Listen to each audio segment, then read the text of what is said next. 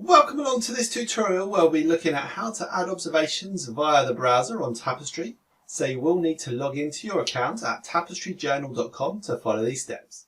And hopefully you'll see how quick and easy this is going to be.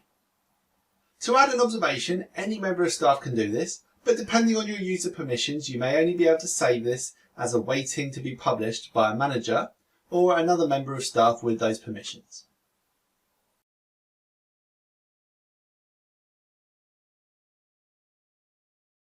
When you first log into your Tapestry account, you'll be taken straight to the observation page. If you've already logged in and are on another screen, you'll just need to click on where it says Observations at the top of the page as shown here. Once you're on this page, you will just need to select the Add Observation button. The page that opens is where you'll start adding your observation. To be able to save any observation, you will need to have at least a title and one child tagged. So let's start by adding a child to the observation. To do this, you'll need to click on Select Children button. The screen that opens up allows you to select the children you want to add to your observation. You can either select just one child or multiple children.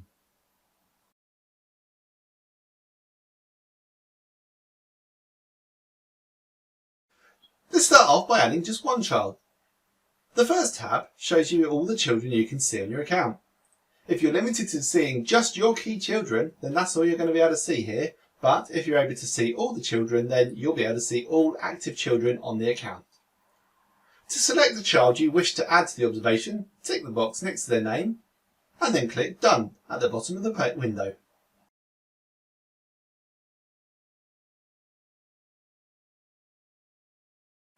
It might be that you want to add several children to an observation in one go.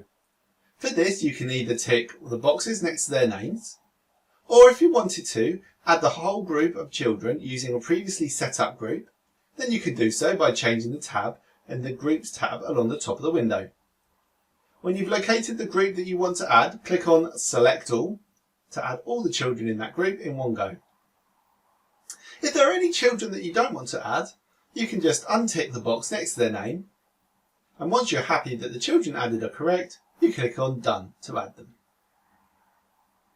After you've added the children, you'll see all their names underneath where it says Children. You can remove any that you didn't mean to add here by clicking on the X button next to their names.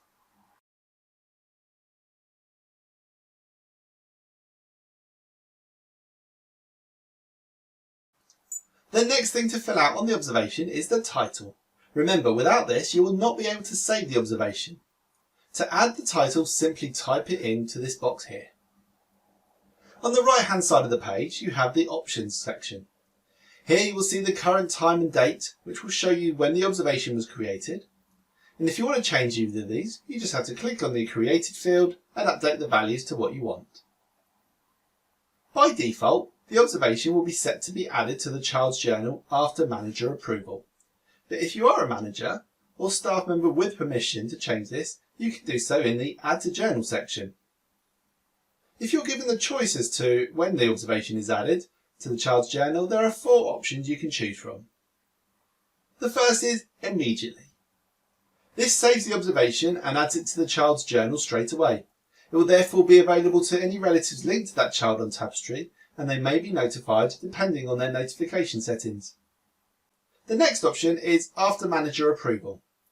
This saves the observation to Tapestry but will only be visible to staff members. The observation will not be visible to relatives linked to the child and they will not be notified. We recommend you use this option if you want to be able to edit the observation further before approving it. Another option is immediately but only for staff. This saves the observation to Tapestry and adds it to the child's journal but makes the observation visible only to staff members. Relatives will not be able to view the observation and they will not be notified. You can use this option if there are certain types of observations you do not want to share with parents but want the observation to contribute towards a child's assessment score. The last option is on the creation date scheduled. This means the observation won't be published for parents and they won't be notified if they're set up to do so until the date that you have set in the created box. If you're a manager, you can also change the author of the observation in the author box. The next section is where you can add as much detail as you like about what you have observed. It's also possible to include hyperlinks in this section, and once saved, these links will take the user to the website directly when clicked. Underneath the Notes section, you may have a box called Additional Information. You can use this to enter further information about the observation or the child. It is an optional feature that is not enabled by default, and to enable or disable this, a manager on the account just needs to go to Control Panel, select Settings from the left-hand menu, and then choose the Observations option from that drop-down. They will then just need to tick or untick the Show Additional Information field option and press Save. By default, relatives won't be able to see this section, but if you did want them to be able to, you just need to change the user permission for that.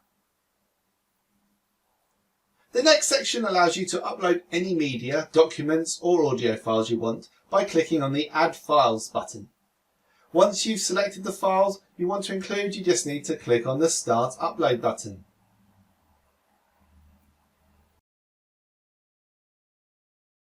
Once uploaded, you can rotate and crop any photos by clicking on the Edit button.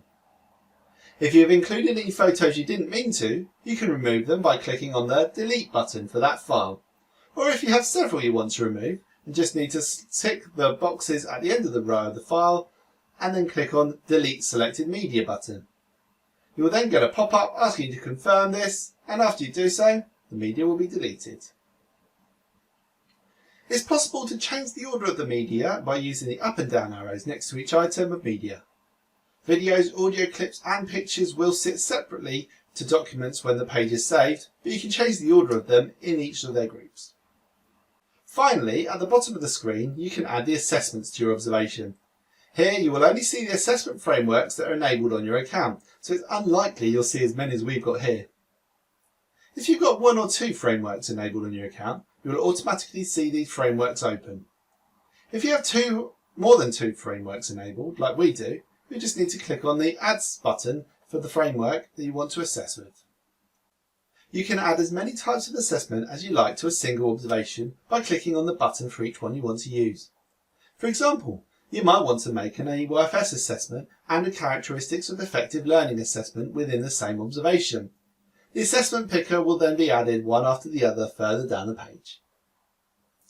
The final thing to remember to do is to click on the Save button to make sure all that hard work you've just done entering the observation is recorded.